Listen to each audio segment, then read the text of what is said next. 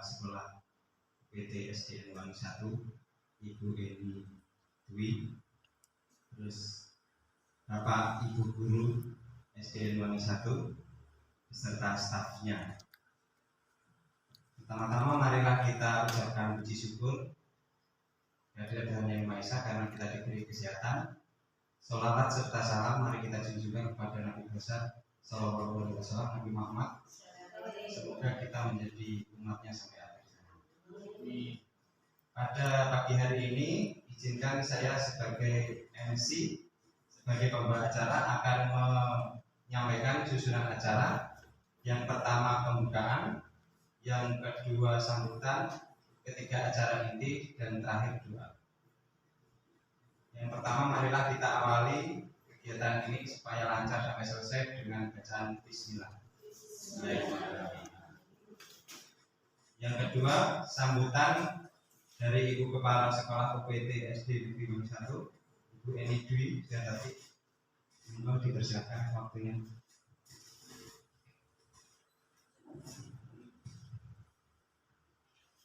Assalamualaikum warahmatullahi wabarakatuh. Yang saya hormati Bapak Ibu serta staf UPT SD Negeri Wangi 1. Yang pertama, marilah kita panjatkan puja dan puji syukur kepada Allah Subhanahu wa Ta'ala, di mana pada hari ini kita akan melaksanakan aksi nyata modul 14, yaitu diseminasi budaya positif, diberi kesehatan, rahmat dan hidayah, dan tidak kekurangan suatu apapun. Sholawat serta salam kita haturkan kepada junjungan Nabi besar kita Nabi Muhammad SAW, di mana di hari akhir kelak kita diberikan syafaat. Bapak Ibu Guru, tidak pertama kalinya ya SDN Wangi 1 ini mengadakan kegiatan seperti ini. Yang kemarin sudah, yaitu untuk CGP atau calon guru penggerak angkatan 9 Bapak Tri Wahyudi. Ya, alhamdulillah beliaunya tinggal menunggu kelulusan. Ya, sudah lulus Pak, alhamdulillah. Berarti Pak Tri Wahyudi bukan CGP lagi, tetapi sudah resmi guru penggerak. Beri aplaus untuk Pak Tri Wahyudi. Selamat Pak Tri. Semoga dengan sertifikat panjenengan ini diberikan barokah dan bisa ditularkan ke teman-teman yang lain. Monggo Bapak Ibu Guru, kita menggali ilmu ya. Soalnya Pak Tri sudah lulus dengan predikat terbaik, nomor baik Pak? Baik ya, alhamdulillah. Nah sekarang dilanjutkan dengan angkatan 10, yaitu Bu Teti Haryati. Semoga Bu Teti juga mengikuti jejaknya Pak Tri ya, ikut dengan predikat terbaik Ibu ya. Nah, dengan perjalanan selama 6 bulan memang susah ya Pak Tri ya.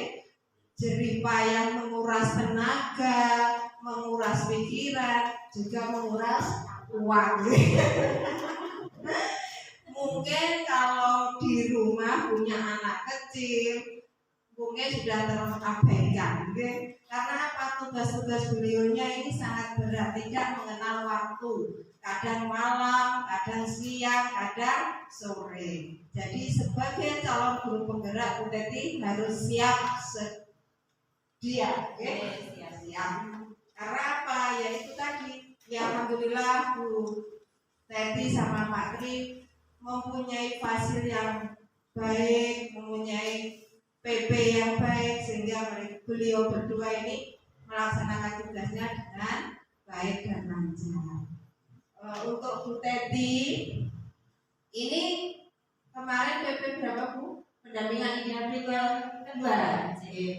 Masih banyak lagi, perjalanannya masih panjang. Ya saya minta dukungan pada Bapak Ibu Guru, supportnya tidak hanya dukungan, juga tidak hanya support tapi doanya, itu yang penting.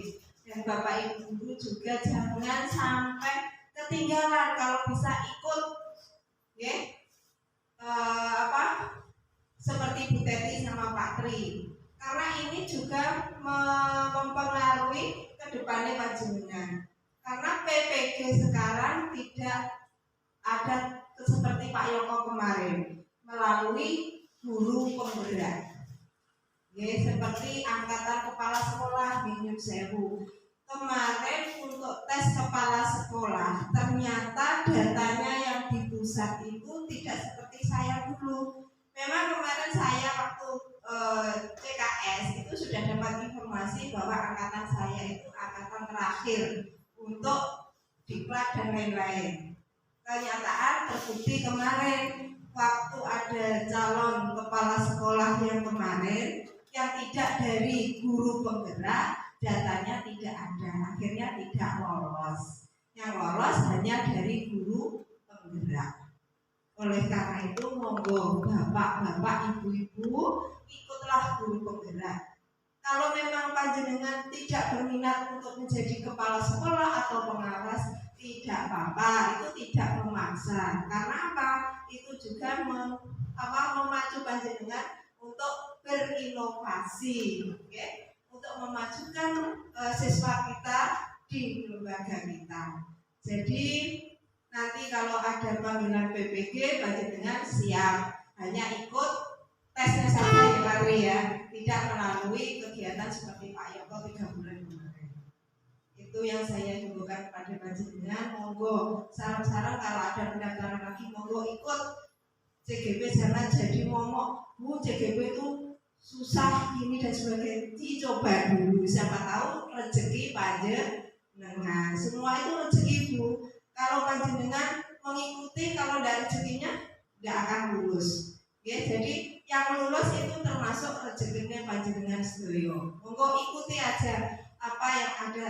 Jangan takut, aku nanti kalau lulus CGP dijadikan kepala sekolah atau pengawas, tidak. Itu tergantung pribadinya masing-masing. Masa yang lulus CGP atau guru penggerak harus jadi kepala sekolah dipaksa? Ya itu tidak mungkin. Ampun jadi momok, istilah gitu, jangan jadi beban. Tidak harus seperti itu. Karena peraturan pemerintah itu berubah. Ya. Jadi untuk Bu Teti, ya saya doakan semoga kedepannya bisa berjalan lancar Bu Teti, tidak ada kendala apapun. Masalah kalau di sekolah kita semua mendukung panjenengan, teman-teman juga mendukung. Apapun yang jenengan butuhkan untuk fasilitas di sekolah silahkan dipakai, ya. Tidak ada larangan atau apapun, monggo sebaik-baiknya panjenengan menggunakan, monggo silahkan, ya.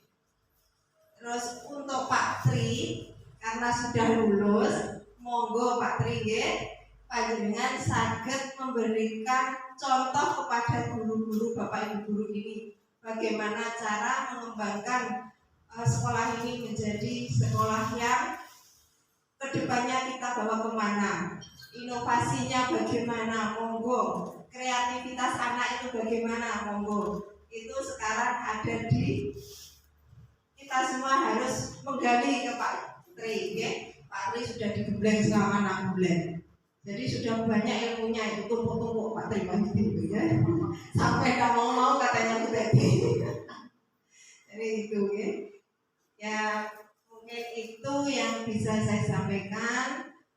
Karena kurang lebihnya kalau ada kata-kata yang saya tidak berkenan di hati panjenengan, ya saya mohon maaf yang sebesar-besarnya. Saya akhiri, saya kembalikan ke Bu Teti, karena waktu Bu Teti menjelaskan budaya positif itu butuhkan waktu yang lama, ya. Ya saya akhiri, wabillahi taufiq wal hidayah, wassalamualaikum warahmatullahi wabarakatuh. Terima kasih untuk sambutan yang diberikan dari Ibu Kepala Sekolah UPT SD Triwangi 1. Memasuki acara inti, acara yang ketiga adalah pemaparan materi diseminasi pemahaman budaya positif yang akan disampaikan oleh rekan kami Bu Teti Haryati SPD. Untuk beliau tempat dan waktunya dipersilakan. Terima kasih Pak Abid atas waktunya. Assalamualaikum warahmatullahi wabarakatuh. Yang terhormat Ibu Kepala Sekolah Ibu Eni Dwi Suhartati SPD, yang terhormat rekan-rekan guru dan staf UPT SD Negeri Wangi 1. Pertama-tama, marilah kita panjatkan puji syukur kehadirat Allah Subhanahu wa Ta'ala karena atas rahmat serta hidayahnya pada pagi hari ini, pada siang hari ini kita masih diberi kesehatan sehingga kita masih dapat berkumpul di acara yang mudah-mudahan penuh barokahnya. Amin. Yang kedua kalinya, salawat serta salam marilah kita panjatkan kepada junjungan kita Nabi besar Muhammad SAW yang telah kita tunggu-tunggu syafaatnya di hari Yaumul Qiyamah. Pertama-tama saya ingin mengucapkan terima kasih kepada Ibu Kepala Sekolah, lalu kepada rekan-rekan guru sudah meluangkan waktunya pada siang ini, ya, walaupun harinya hari pendek, hari Jumat. Ya. Sebelum kita mulai acara hari ini, yaitu pemaparan diseminasi budaya positif, ini sebagai aksi nyata modul 1.4 ya, ini tugas CGP. Ya, tugas CGP, jadi harus dilaksanakan di Bapak Ibu. Ya. Terima kasih atas kesediaannya untuk meluangkan waktu pada siang hari ini. Sebelumnya saya izin mau memberi pantun ya Bapak Ibu. Maaf kalau garing nanti, minta dibantu dijawab ya. Kalau memberi pantun gimana jawabannya? Cakep. Hari Kamis, hari Jumat. Pak Yudi pergi ke Tasikmalaya. Selamat siang Bapak Guru hebat. Semoga kita selalu diberi kesehatan ya. Terima kasih. Selanjutnya saya akan memaparkan tentang materi diseminasi budaya positif pada rekan-rekan sejawat dan Ibu Kepala Sekolah di UPT SD Negeri Wangi 1.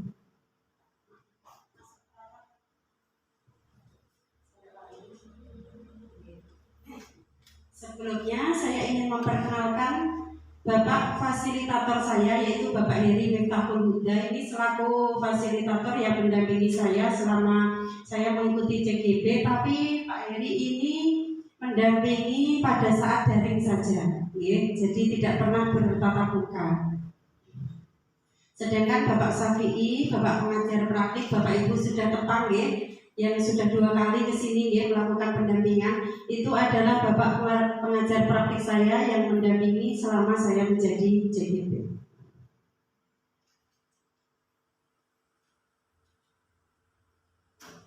Jadi untuk materi budaya positif ini ada beberapa submodul ya. Yang pertama tentang disiplin positif dan nilai kebajikan. Yang kedua, teori motivasi, hukuman dan penghargaan. Yang ketiga, materi tentang keyakinan kelas. Yang keempat, kebutuhan dasar manusia. Selanjutnya, 5 posisi kontrol guru, dan yang terakhir yaitu segitiga restitusi.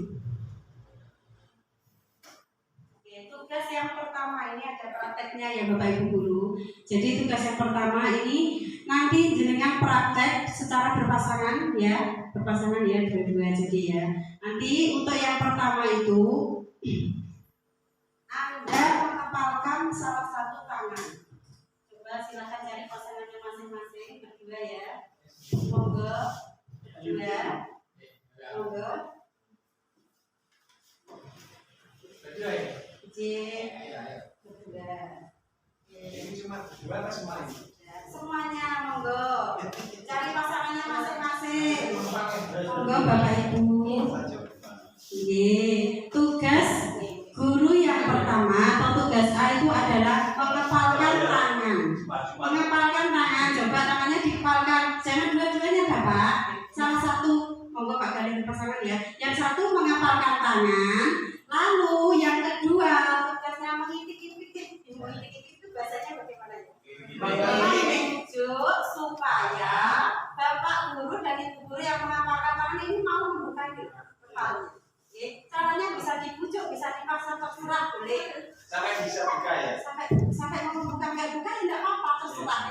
Oke? Oke, dimulai, bisa dimulai. 1, 2, 3. Yuk silakan dibujuk, dirayu boleh, dipaksa juga boleh. Bodoh, itu malah mau apa itu Pak Galis apa? Mau lagi? Mau udah ya, kira-kira buka tangannya ya. Dirayu sampai mau. Nggak mau nggak apa-apa.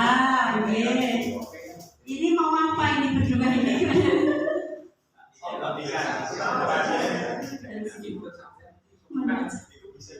Jadi bayangkan ini yang mengepal tangan ini, di tangan ini ada sesuatu yang paling berharga. Iya. Jadi seandainya disuruh membuka boleh apa tidak ya? Loh ya itu juga berharga berjarok betul. Sudah selesai prakteknya. Oke, silakan duduk. Terima kasih Bapak Ibu. Oke, sekarang ada pertanyaan romantik ya. Yang pertama, apakah Anda akan membuka kepalan tangan Anda? Siapa tadi yang prakteknya? Oh, okay. Pak Abid tadi membuka atau tidak tangannya? Alasannya silakan dipaparkan. Tadi waktu praktek saya tidak membuka kepala tangan. Ya, sudah dirayu Pak? Sudah dipaksa? Sudah. Iya. Karena Ayudi belum bisa mengambil hati saya. Oke. Iya, memang kan harusnya dalam kita mendidik anak kan harus bisa. Oh iya, diajarkan seperti ya. Bagaimana cara kita mengambil hati anak didik kita? Iya. Itu yang saya terima. Betul sekali, terima kasih Pak Afif. Untuk selanjutnya, ya, sesungguhnya siapa yang memegang kendali atas ini kepala tangan tadi, yang mengepalkan tangan atau yang membukanya? Coba, siapa yang mau menjawab? Pak Yudi? Siapa Pak Yudi yang memegang kendali? Yang mengepalkan tangan. Yang mengepalkan tangan. Alasannya apa Pak Yudi? Alasan karena yang mengepalkan tangan ini mempunyai inisiatif sendiri, mempunyai kemauan di mana dia ingin membuka ketika ingin membuka itu apa yang membuka. Oke. Ya. Jadi sesungguhnya yang memegang kendali itu adalah dia ini yang mengepalkan tangan, walaupun ditunjuk, walaupun dirayu, walaupun dipaksa. Kalau ini menurutnya sangat berharga, ya tidak akan dibuka. Begitu juga anak didik kita ya, ini barangkali dengan murid kita. Kalau anak didik itu tidak disentuh dengan hati tadi ya, walaupun dirayu diapapun ya tidak bisa. Jadi itu namanya motivasi internal ya, motivasi dari dalam diri mereka sendiri. Selanjutnya teori kontrol ini tadi berhubungan dengan permainan yang sudah kita lakukan tadi ya. Jadi makna kontrol pada dasarnya adalah kita tidak dapat memaksa murid untuk berbuat sesuatu. Kalau murid tersebut memang tidak mau ya. Jadi tampaknya guru memang sedang mengontrol perilaku murid, tetapi itu terjadi karena murid itu sedang mengizinkan dirinya untuk dikontrol. Jadi murid itu mau, kalau tidak mau ya tidak akan melaksanakan apa yang kita suruh ya.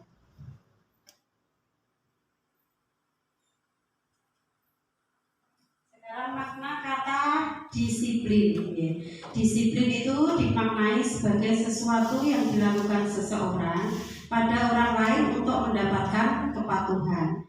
Lalu Ki Hajar Dewantoro menyatakan bahwa untuk menciptakan siswa yang merdeka, maka syarat utamanya harus mempunyai disiplin yang kuat, yang berasal dari dalam diri sendiri atau disebut motivasi intrinsik atau internal. Jadi motivasi itu selain intrinsik itu ada motivasi ekstrinsik ya, yaitu motivasi yang datang dari orang lain ya, bukan dari dalam diri kita sendiri.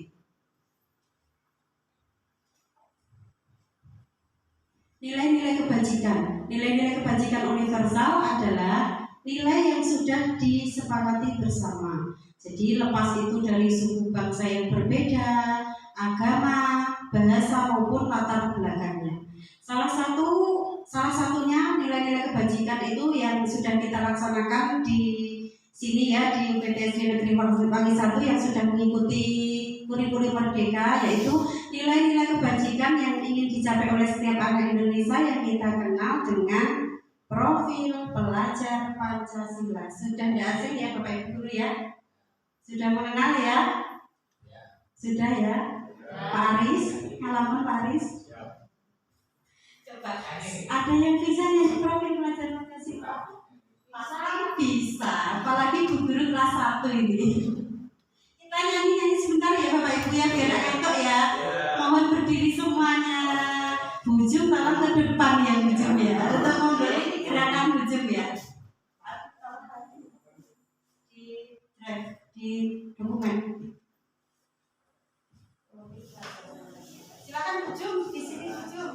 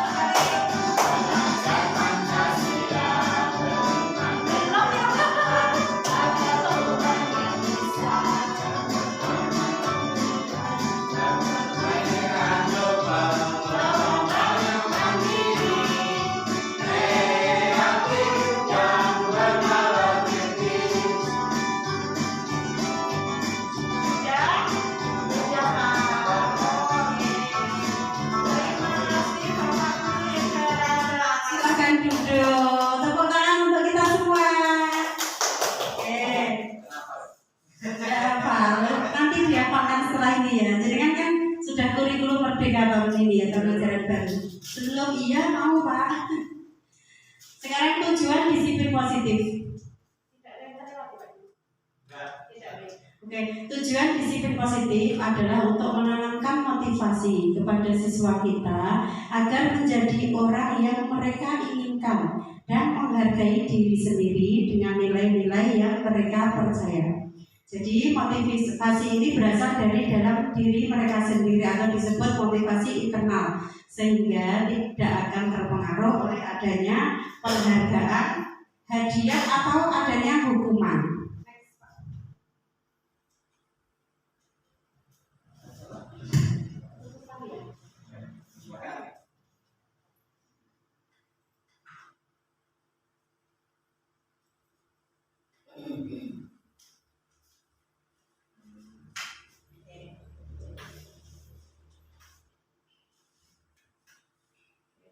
Sekarang ini ada penjelasan tentang motivasi perilaku manusia. Jadi setelah ini kita akan menyimak sebuah video ya. Ini saya ambil di LMS ya, yang sudah saya pelajari. Pak Abid, tolong.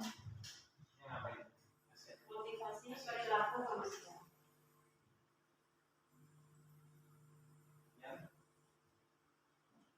Motivasi perilaku manusia. Satu, menghindari rasa sakit Pak.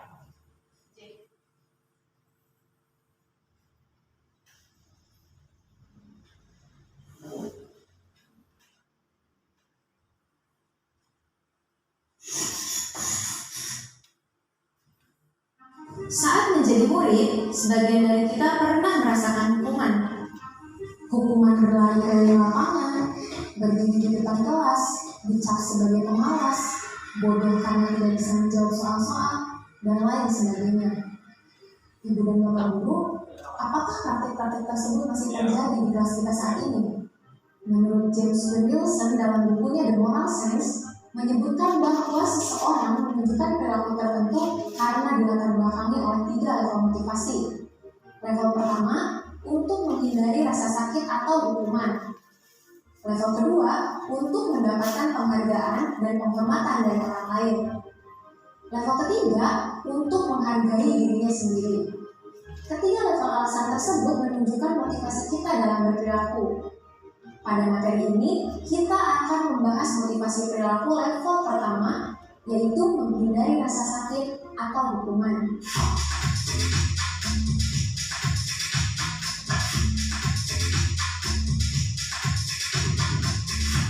Perlu diketahui bahwa secara naluriah manusia itu cenderung menghindari rasa sakit dan hukuman. Oleh karena itu, hukuman bisa berhasil mencegah perbuatan dan perilaku buruk pada murid. Namun ternyata, hukuman itu ada efek sampingnya loh Ibu dan Bapak Guru. Rasa sakit dan hukuman cenderung akan menghasilkan emosi-emosi negatif. Hukuman membuat seseorang cepat merasa lelah dan letih, karena pikiran mereka berusaha keras menghindari rasa sakit itu. Fokus pada rasa sakitnya. Sebagai guru, kita juga menghindari rasa sakit dan hukuman, bukan? Sebagai contoh, seorang guru datang mengajar tepat waktu. Maka motivasinya bisa saja. Yang pertama, menghindari ditegur kepala sekolah di hadapan guru-guru lain pada saat rapat. Atau yang kedua, menghindari dari perasaan bersalah yang muncul karena dipanggil oleh kepala sekolah ke ruangannya. Nah, sebagai pendidik, sebaiknya kita berhati-hati dalam menyikapi perilaku murid agar dapat menanganinya dengan tepat. Tidak hanya solusi praktis yang sifatnya sementara, namun juga menyadarkan akan akibat dari perbuatannya. Hal ini akan membuatnya belajar dari kesalahan dan berusaha untuk tidak mengulanginya lagi. Jika Ibu dan Bapak Guru melihat murid menunjukkan perilaku buruk, coba lakukan 3 hal ini. Yang pertama, jangan langsung menghakimi murid. Coba ajak mereka bicara terlebih dahulu dari hati ke hati. Yang kedua, jadilah pendengar yang baik untuk mereka. Jangan menyela saat murid berbicara. Dengarkan saja hingga akhirnya murid menceritakan motivasi dan alasannya melakukan perilaku buruk tersebut. Yang ketiga, bimbing murid untuk memahami konsekuensi apa yang mereka dapatkan atas pilihan dan perilakunya. Murid akan sadar dengan sendirinya tanpa dia perlu mendapatkan hukuman dan rasa sakit. Ibu dan Bapak Guru, mari kita refleksikan bersama. Apakah kita sudah menyikapi perilaku murid dengan tepat? Apakah kita memahami perilaku yang ditunjukkannya? Lalu, apa yang bisa kita lakukan agar dapat mengidentifikasi motivasi perilaku yang ditunjukkan oleh murid? Selamat belajar Ibu dan Bapak Guru hebat. Salam dan bahagia.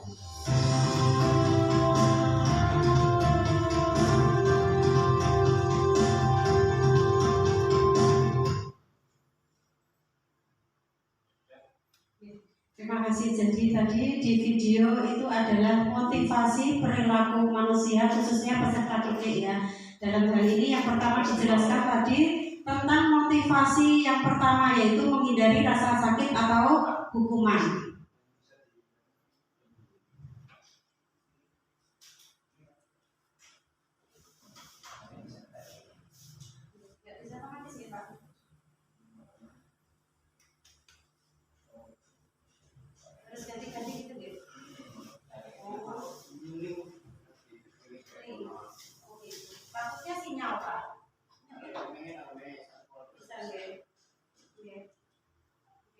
Jadi motivasi perilaku manusia tadi seperti di video sudah dijelaskan ya, ada 3 perilaku manusia. Yang pertama untuk menghindari ketidaknyamanan atau hukuman yang sudah kita simak videonya tadi ya. Yang kedua yaitu untuk mendapatkan imbalan atau penghargaan dari orang lain. Kalau murid ini biasanya diberi apa iming-imingnya, hadiah ya Bapak Ibu. Yang ketiga untuk menjadi orang yang mereka inginkan dan menghargai diri sendiri dengan nilai-nilai yang mereka percaya.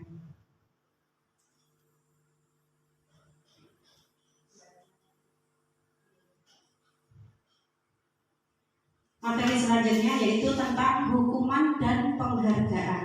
Ada pertanyaan ini ya, ada 3. Yang pertama, monggo nanti dijawab ya. Yang pertama, hukuman itu bisa mendisiplinkan anak, betul atau salah kira-kira? Ada yang mau menjawab? Betul atau salah? Betul atau salah? Pak Galih mau menjawab? Pak Galih, Pak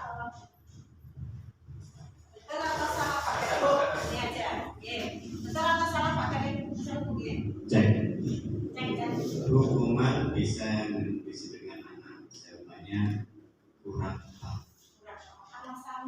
Hukuman itu hanya bisa memberikan efek jerah, tapi kalau untuk mendisiplinkan anak itu kurang bisa. Belum efektif ya Pak. Oke, sudah cukup. Oke, yang kedua, pemberian hukuman yang positif. Ini hukuman yang positif ya. Misalnya disuruh membaca atau membersihkan halaman sekolah. Itu bisa atau tidak kira-kira? Pemberian hukuman yang positif atau membersihkan halaman bisa mendisiplinkan anak. Bisa atau tidak kira-kira? Kok senyum-senyum mau menjawab ya Pak? Mau menjawab? Hukuman yang positif ya. C. Pemberian hukuman yang positif seperti membaca atau membersihkan halaman. Ini menurut pribadi saya ya, bisa mendidik anak ke arah yang positif. Ya, bisa jadi ya. Bisa. Oke, Ya, oke. sebagai pembelajaran bisa. Oke, terima kasih. Yang ketiga, memberi penghargaan atau hadiah itu dapat meningkatkan motivasi belajar anak. Kira-kira itu besar ya. Betul? Mau dijawab Benny? Alasannya Benny? Monggo Benny. Monggo. Terima kasih. Jadi untuk memberikan penghargaan atau reward kepada siswa untuk meningkatkan motivasi belajar anak itu sangat bagus berarti. Karena apa? Kadang anak itu merasa gini, saya itu dapat nilai bagus, dapat nilai 100, tapi kok tidak ada itu ya. Kita kasih ucapan bagus anak-anak nilainya, kita dapat hadiah, tepuk tangan saja anak sudah merasa bangga karena memang benar-benar anak itu berprestasi atau merasa bangga. Aku bangga punya dapat nilai 100, mama seperti itu. Tidak harus kita memberikan reward atau penghargaan berupa barang atau apa. Kita berikan ucapan itu aja sudah anak merasa bangga. Jadi dengan memberikan hadiah itu bisa kita terapkan ke semua siswa yang memang betul-betul anak itu berprestasi. Terima kasih Pak Aris, terima kasih Bu Eni ya. Jadi ternyata memberi penghargaan hadiah itu memang bisa meningkatkan motivasi belajar. Tapi itu ternyata dari yang saya pelajari ya, itu hanya dalam jangka waktu pendek, tidak dalam jangka waktu panjang. Nanti ada penjelasannya ya. Selanjutnya ada kuis Bapak.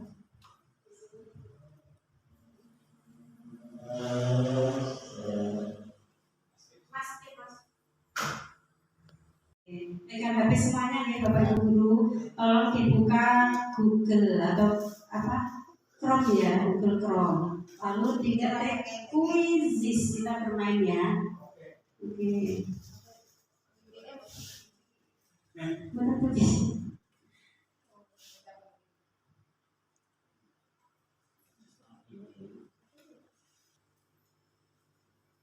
Ini kodenya, angka itu nih, silakan diketik Bapak Ibu ya. 8636261. Silakan ditulis angkanya. Pak Yudi mana HP-nya? Itu dipakai itu. 86362601. 86362601. Pertanyaan yang pertama, mengapa menyambut dengan sekolah setiap hari selama seminggu karena membuang sampah sembarangan itu merupakan hukuman atau konsekuensi? Coba kita lihat ya, hukuman ya. Iya, betul sekali Pak Indi. Hukuman selanjutnya, murid diminta bertelanjang kaki sepanjang hari karena tidak menggunakan sepatu warna hitam sesuai peraturan sekolah. Termasuk apa? Hukuman. Coba kita lihat. Ternyata itu adalah konsekuensi. Selanjutnya, menggantikan kertas tugas teman yang telah dicoret-coret. Hukuman atau konsekuensi Bapak Ibu? Konsekuensi. Oke, kita cek. Betul sekali. Selanjutnya pertanyaan nomor 4. Menulis 50 kali di papan tulis kalimat saya akan merapikan tempat duduk saya karena tempat duduknya berantakan. Merupakan hukuman. Coba. Iya, betul sekali. Selanjutnya pertanyaan kelima. Lari mengelilingi lapangan basket 2 kali karena terlambat hadir di sekolah. Merupakan apa? Konsekuensi. Coba kita cek. Ternyata itu hukuman Bapak ya.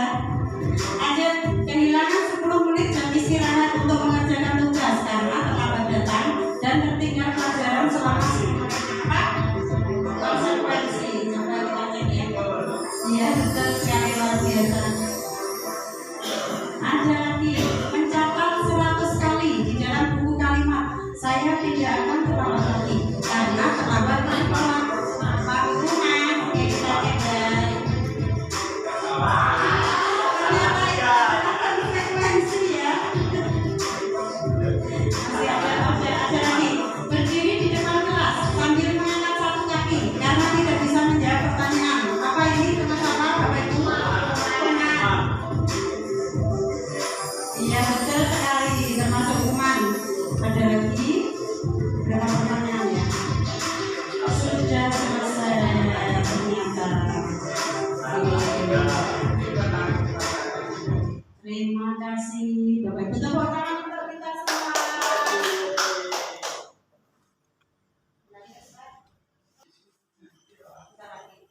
Sekarang materi selanjutnya yaitu tentang keyakinan kelas. Ada pertanyaan Bapak Ibu guru, tolong dijawab. Mengapa keyakinan kelas dan bukan peraturan kelas? Ada yang bisa menjawab? Ada yang mau membantu menjawab? Habib? Keyakinan berarti harus yakin Pak. Iya. Ada yang mau membantu saya? Tidak. Pak Galit senior saya. Silakan Pak senior Pak Tri Wadidi. Mengapa kok keyakinan kelas bukan peraturan kelas? Terima kasih Bu Teti, mohon izin semuanya. Mengapa kok keyakinan kelas bukan peraturan kelas? Menurut saya, pribadi saya mohon izin kalau salah. Keyakinan kelas, karena keyakinan kelas jawabannya itu karena inisiatif pribadi siswa. Jadi mengapa kok keyakinan kelas bukan peraturan kelas? Kalau keyakinan kelas itu timbul karena pribadi siswa masing-masing, sehingga atas apa yang telah disepakati atas keinginan kelas tersebut, siswa dapat melaksanakan apa yang telah dibuat dengan sebaik-baiknya gitu. Kalau peraturan kelas bersifat mengikat terlalu wajib, jadi siswa itu terlalu fokus dan kelihatannya ada aturan, kemudian ada hukuman kalau itu. Kalau keyakinan kelas tidak, kalau keyakinan kelas itu timbul karena dirinya masing-masing, sehingga dari keyakinan kelas tersebut telah dibuat siswa tersebut bisa menjalankan keyakinan kelas itu dengan sebaik-baiknya. Itu mungkin dari saya, mohon izin. Terima kasih Pak Tri Wadidi, luar biasa ya, betul sekali jawabannya. Jadi sekarang istilahnya itu bukan peraturan kelas ya Bapak Ibu guru. Ini yang saya dapatkan dari CGP itu ya, dari modul itu ya. Jadi istilahnya sekarang bukan peraturan kelas, tetapi keyakinan kelas. Kenapa kok begitu?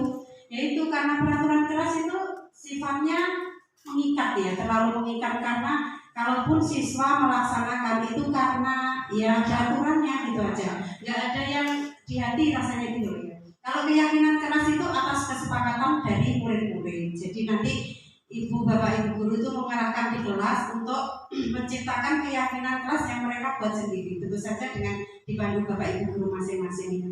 Jadi jika keyakinan kelas, maka mereka akan meyakini nilai-nilai kebajikan yang sudah mereka tulis tadi. Jadi lebih mudah bagi mereka untuk mentaatinya. Oke. Pertanyaan Pak? Ditanya lagi ya. Jadi ini adalah langkah-langkah membuat keyakinan kelas. Ya, yang pertama, keyakinan kelas itu bersifat lebih abstrak daripada peraturan. Keyakinan kelas itu berupa pernyataan-pernyataan universal. Pernyataan keyakinan kelas senantiasa dibuat dalam bentuk positif. Bentuk positif itu contohnya gini, misalnya dilarang membuang sampah sembarangan, itu dirubah saja kalimatnya menjadi bagaimana? Kira-kira? Iya, jagalah kebersihan, buanglah sampah pada tempatnya. Ya, itu. Keyakinan kelas hendaknya tidak terlalu banyak sehingga mudah diingat dan dipahami oleh semua warga kelas. Keyakinan kelas sebaiknya sesuatu yang dapat diterapkan di lingkungan tersebut, jadi harus sesuai di lembaga kita, di kelas kita utamanya. Semua warga kelas hendaknya ikut berkontribusi dalam pembuatan keyakinan kelas lewat kegiatan curah pendapat. Jadi nanti kita akan praktek membuat keyakinan kelas ya, nanti supaya izin silakan supaya nanti bisa kita praktekkan di kelas Bapak Ibu semua ya. Dalam Pak? Oh iya lanjut. Zoom bisa tolong dibantu Zoom. Dibenarkan pertama ya Bu, ya kayak pelangi. Nanti Bapak Ibu guru ini diibaratkan jadi murid ya, menulis Pak, iya satu-satu menulis ya. Jadi keyakinan kelas apa yang ingin kita terapkan di kelas kita, misalnya ini kelas 5 ya, jadi kan murid kelas 5 bahasa ini ya, ingin menerapkan keyakinan kelas seperti apa, misalnya terkait kedatangan, misalnya kedatangan apa contohnya, kedatangan murid harus apa, misalnya datang tepat waktu, itu kan bisa. Kalau waktu pembelajaran misalnya harus apa, silakan ditulis Pak, nggak ada pulpen.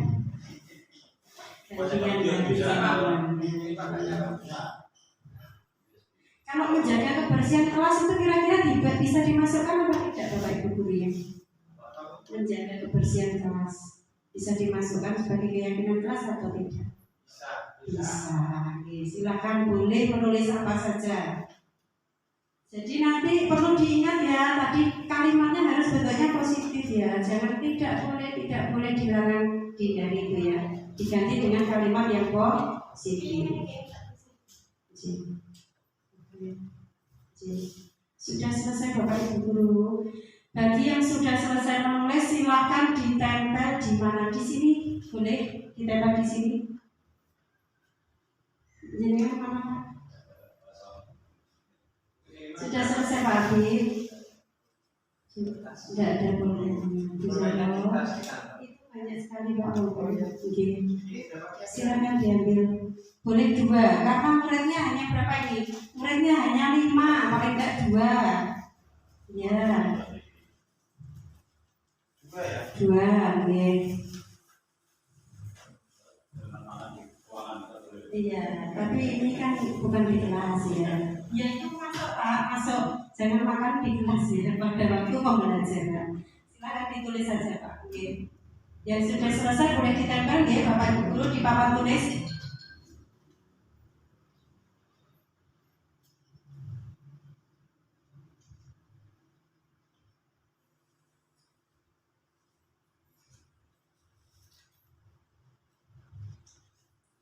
Sudah, silakan ditempel Bu Zara, Bu Jum, sudah selesai. Silakan ditempel.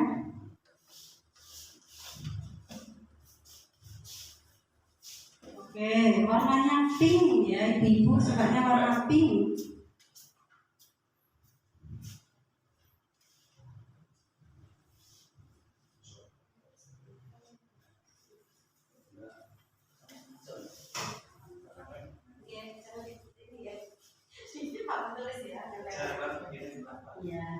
Ya, enggak pink Pak warnanya Pak. Saya asli. Bapak ini titik. Dan kelihatannya menulis 10 ini Pak. Tidak selesai-selesai.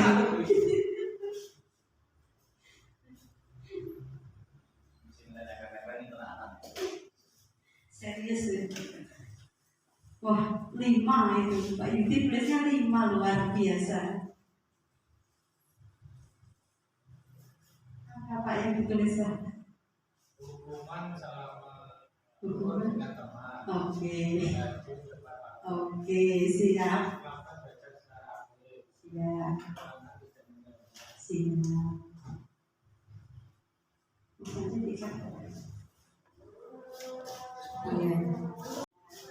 Oke, tadi kita sudah praktek untuk membuat keyakinan kelas. Untuk selanjutnya bisa Bapak Ibu praktekkan di kelas masing-masing ya.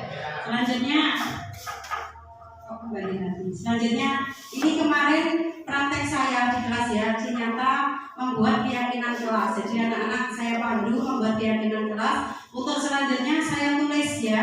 Saya tulis dan saya tanda tangani beserta dengan ketua kelas Mbak Citra. Ya.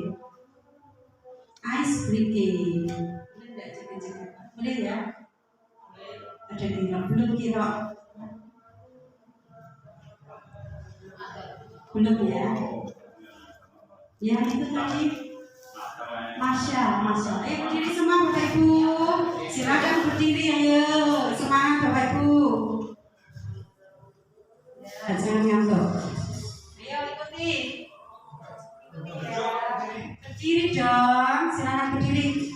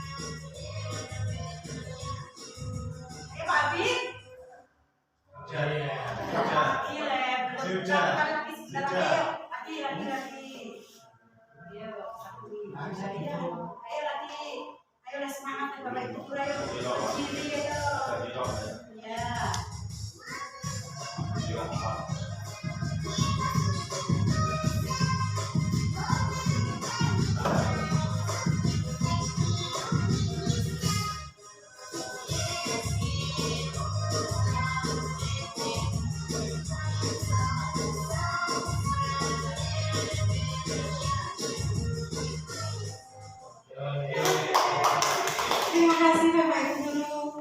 Maaf garing ya.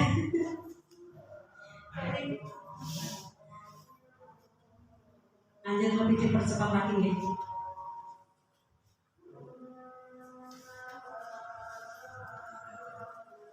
Materi selanjutnya tentang kebutuhan dasar manusia. Jadi yang dari modul yang saya pelajari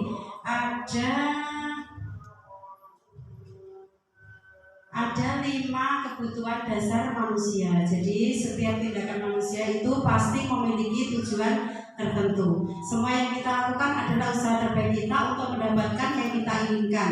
Ketika kita mendapatkan apa yang diinginkan, sebetulnya saat itu kita sedang memenuhi satu atau lebih dari satu kebutuhan dasar kita.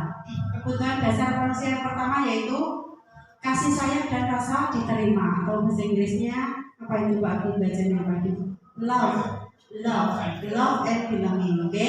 Yang kedua, kebutuhan bertahan hidup atau survival. Yang ketiga, kesenangan atau fun. Yang ketiga, kebebasan atau freedom. Yang terakhir adalah penguasaan atau power.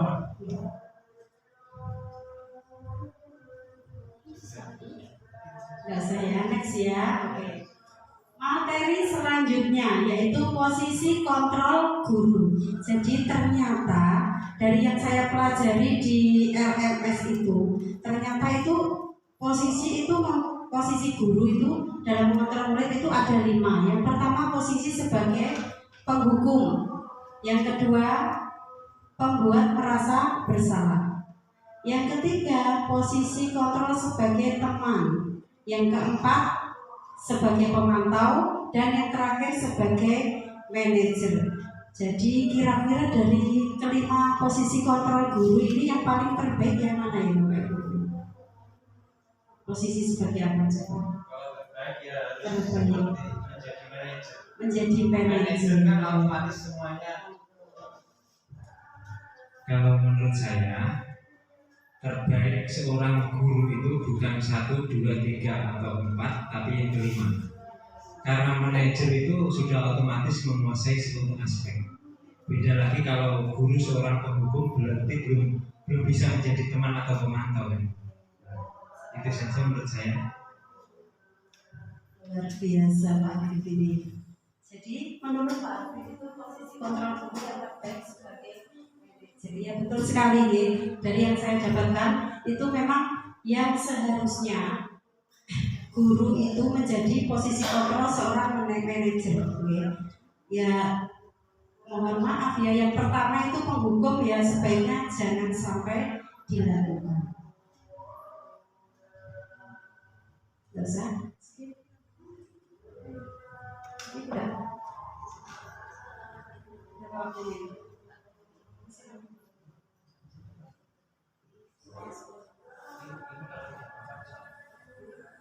Gak usah nih, oke.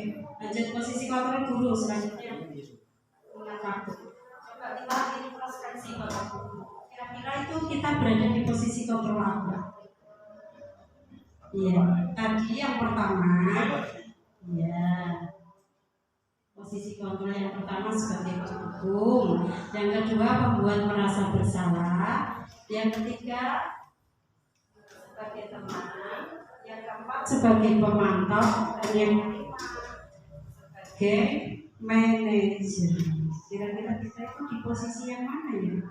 Kalau saya itu sebagai manajer kok belum mampu Bapak Ibu. Saya itu masih sebagai teman ya, masih perlu banyak belajar. Pak Paris jadi apa? Manajer pemantau mungkin teman. Oke, tujuh teman kita itu sama. Mudah-mudahan itu kayaknya kalau untuk di posisi manajer itu masih butuh banyak ini ya belajar. Oke. Ice breaking sudah ya. Ini materi yang terakhir Bapak Ibu guru ya. Jadi segitiga restitusi. Menurut dosen, restitusi adalah menciptakan kondisi bagi murid untuk memperbaiki kesalahan mereka agar mereka bisa kembali pada kelompok dengan karakter lebih kuat. Jadi restitusi itu bukan untuk menebus kesalahan. Restitusi adalah sebuah tawaran dan bukan paksaan. Restitusi fokus pada solusi. Langkah-langkah segitiga restitusi. Yang pertama, menstabilkan identitas. Yang kedua, validasi tindakan yang salah. Dan yang ketiga, menanyakan keyakinan. Restitusi ya. Terakhir ya Bapak Ibu guru, maaf ya waktunya. Ini video terakhir. Ya ini ada penjelasannya di video. Restitusi, segitiga restitusi Pak. Bawah mungkin. Silakan kita simak bersama-sama. Ini penjelasan tentang segitiga restitusi, ada contohnya nanti ya.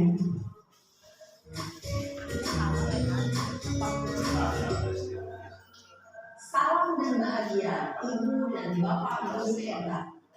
Pada video kali ini kita akan membahas tentang satu program disiplin positif yang diterapkan di lingkungan sekolah yang dikenal dengan nama restitusi.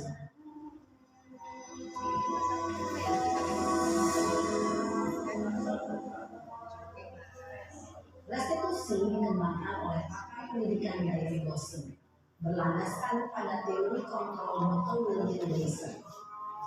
Segitiga restitusi adalah suatu proses dialog yang dijalankan oleh guru atau orang tua agar dapat menghasilkan murid yang mandiri dan bertanggung jawab. Pada saat guru di posisi manajer, aspek yang dikembangkan pada murid adalah motivasi intensif, sehingga penanaman nilai-nilai kebajikan dapat tumbuh dan berkembang menjadi suatu kebiasaan positif yang akhirnya membentuk karakter diri. Proses dialog ini terdiri dari 3 langkah yang digambarkan pada ketiga sisi pada segitiga restitusi.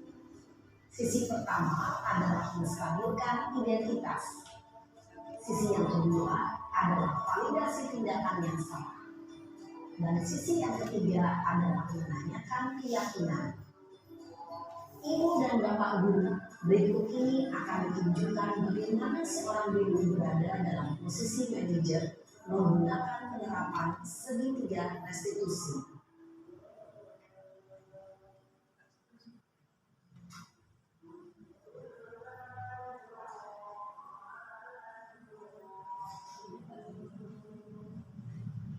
Siang sana. Sudah lama ada pengusaha. Kenapa hari ini ada di sini? Kesel Pak, kesel banget. Masa aku dikatain tukang fitnah Pak? Ya aku marah lah. Aku gak dikatain Eka di depan kelas. Kesel banget. Oh begitu. Ya pasti kamu marah dan kesal. Bapak juga akan marah apabila ada yang menuduh Bapak seperti itu. Kemudian pada saat itu kamu mau melakukan apa? Ya saya langsung ngatain Eka lah Pak. Kesel banget. Saya udah tampilin dia depan teman lain. Oh begitu. Pasti kamu melakukan seperti itu karena suatu alasan tertentu kan? Iyalah, masa saya diam saja Pak? Ya saya bela diri lah. Masa saya dituduh tukang fitnah? Ya wajar lah. Mempertahankan harga diri itu sesuatu yang penting buat kamu. Untung kamu tidak bertindak lebih gegabah lagi. Hanya meminta-minta. Iya Pak. Untung saya masih bersabar dan hanya mendekat saja. Udah gemes padahal. Saya pasti bela diri lah. Ya pasti ya. Tapi kamu memilih untuk tetap bertahan dan bersabar. Kamu memilih untuk tidak berbuat lebih parah lagi kan? Iya.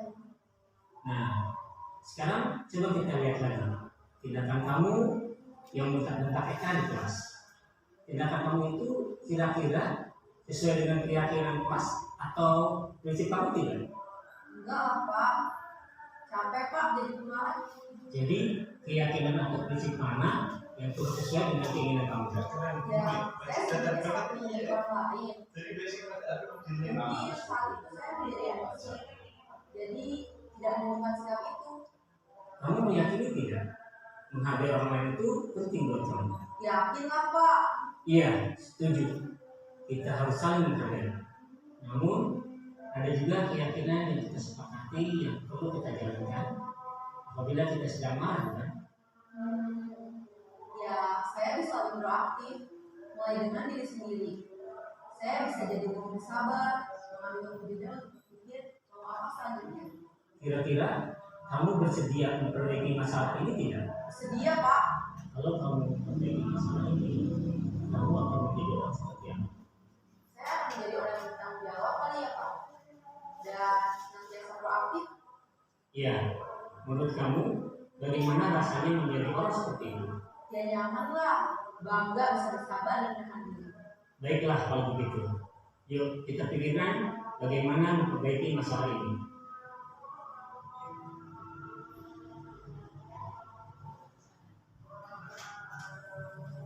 Ibu dan Bapak Guru hebat. Baru saja kita menyaksikan contoh bagaimana seorang guru berada dalam posisi manajer menggunakan penerapan segitiga restitusi. Mari kita bahas satu persatu. Pada sisi pertama, menstabilkan identitas berdasarkan pada prinsip bahwa membuat kesalahan adalah bagian dari proses pembelajaran. Sisi pertama dari segitiga ini berperan menggeser identitas murid dari identitas gagal ke identitas sukses. Murid yang sedang bertingkah laku yang tidak pantas atau menarik diri saat itu sedang mengalami identitas gagal. Bila kita mengkritiknya, maka posisinya tidak akan berubah. Kita bisa mengajukan pernyataan-pernyataan ini. 1. Membuat kesalahan sesuatu yang wajar. 2. Manusia tidak ada yang sempurna. 3. Kita bisa memperbaiki masalah ini. 4. Saya tidak menanyakan kesalahannya. Saya lebih fokus bagaimana memperbaiki masalah ini. 5. Apakah saat ini kamu telah menjadi orang yang baik untuk dirimu sendiri?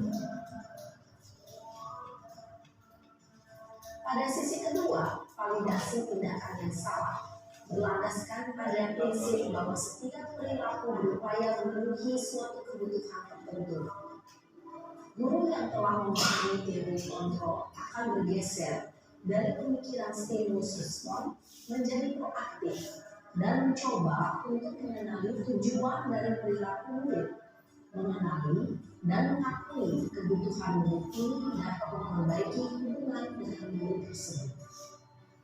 Pernyataan atau pertanyaan bisa disampaikan dengan nada suara tidak menghakimi atau memojokkan, sehingga dapat mengembalikan murid pada posisi positif. 1. Kamu bisa saja bertindak lebih gegabah lagi dari ini. 2. Kamu bukan melakukan tanpa suatu alasan tertentu. 3. Kamu melakukannya karena mempertahankan sesuatu yang penting bagi. 4. Mungkin kamu bisa mempelajari suatu perilaku baru yang lebih efektif. Bersediakah kamu mempelajarinya? Selanjutnya, kita akan simak sisi terakhir, yaitu menanyakan keyakinan. Teori kontrol menyatakan bahwa pada dasarnya kita termotivasi secara intensif. Pada saat perilaku yang salah telah divalidasi dan identitas sukses telah stabil, maka murid telah siap mengaitkan keyakinan-keyakinannya dengan tindakannya yang salah dan pemikirannya telah bergeser ini menjadi orang yang dituju. Pertanyaan-pertanyaan ini dapat mengaitkan keyakinan-keyakinan yang dianut murid. 1. Sebagai keluarga atau kelas, apa yang kita yakini? 2. Nilai-nilai apa yang telah kita sepakati? 3. Seperti apa gambaran sebuah kelas yang ideal bagi kamu? 4. Kamu ingin menjadi orang seperti apa?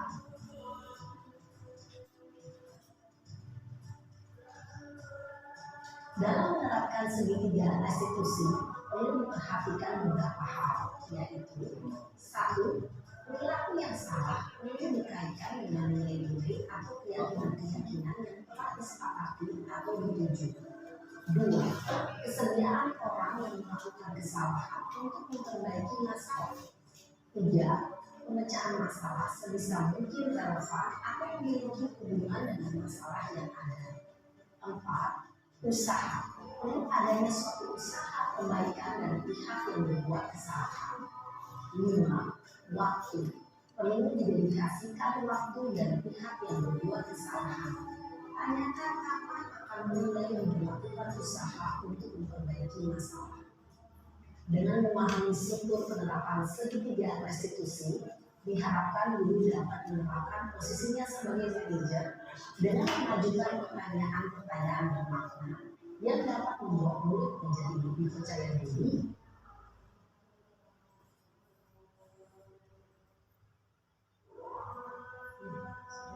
Oke, demikian sudah kita saksikan video tentang posisi kontrol kita tentang langkah-langkah segitiga restitusi ya. Saya yakin Bapak Ibu guru semua pasti sudah memahaminya, sudah paham ya. Jadi untuk menerapkannya di kelas itu memang ya bagaimana ya? Karena kondisi siswa itu kadang tidak bisa dikondisikan ya. Dan jadi untuk menerapkan segitiga restitusi itu diperlukan kesabaran ya, dan butuh proses ya. Semoga kita bisa melaksanakan segitiga restitusi untuk mengatasi murid-murid kita yang melanggar keyakinan kelas. Ini dokumentasi saya pada waktu praktik segitiga restitusi kemarin. Ada 2 kasus. Yang pertama Mas Reno itu jarang mengerjakan tugas ya, selalu terlambat. Dan yang kedua Mbak Cinta itu mencontek pekerjaan temannya. Jadi kesimpulannya, untuk mewujudkan budaya disiplin positif diperlukan kolaborasi antar warga sekolah dan stakeholder yang ada. Diperlukan juga kesadaran semua pihak untuk menciptakan lingkungan yang positif, karena budaya positif dapat terwujud hanya jika tercipta lingkungan yang positif. Terima kasih kepada semua. Saya kembalikan ke pembawa acara. Apakah ada pertanyaan? Tidak? Sudah ngantuk? Sudah waktunya. Terima kasih.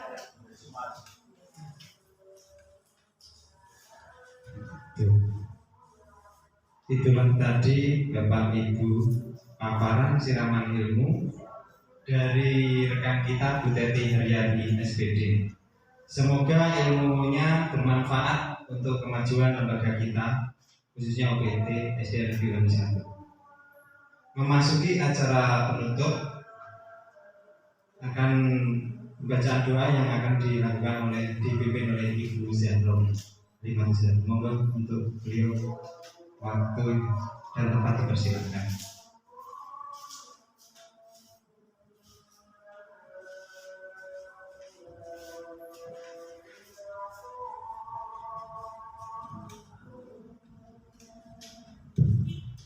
Assalamualaikum warahmatullahi wabarakatuh. Bapak Ibu guru semuanya, mari kita sejenak mengangkat kepala. Apa tujuan yang pada hari ini Bu Teti telah memaparkan beberapa materi? Semoga bermanfaat bagi kita semua, khususnya bagi anak didik kita, untuk bekal di masa yang akan datang, untuk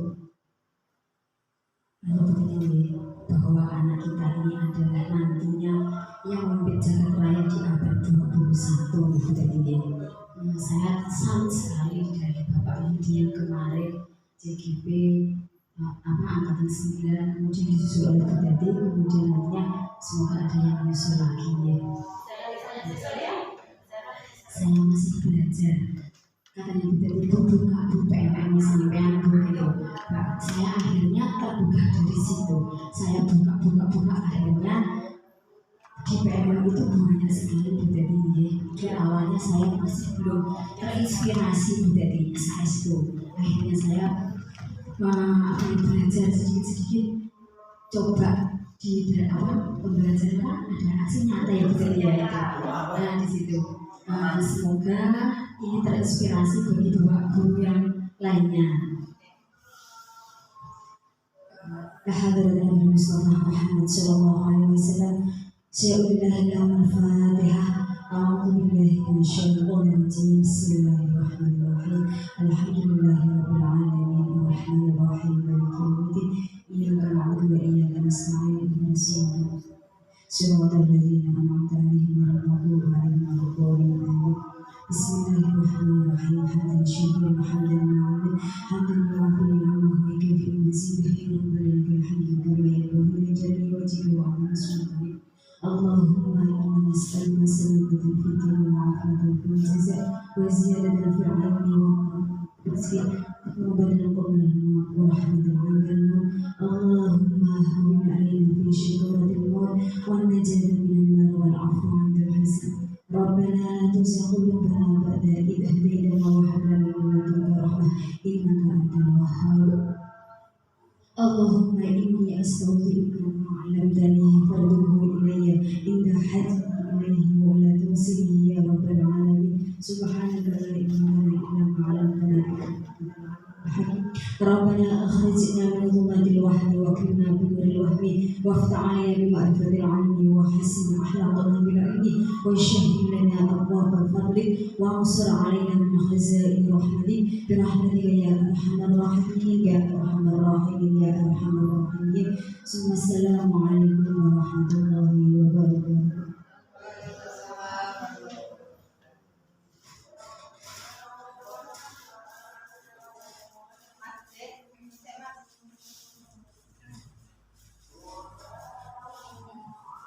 Demikian tadi Bapak Ibu rangkaian acara yang telah kita lalui. Alhamdulillah karena telah berjalan lancar dari awal sampai akhir. Apabila ada salah kata, kurang lebih saya sebagai pembawa acara, saya mohon maaf. Akhir kata, wassalamualaikum warahmatullahi wabarakatuh.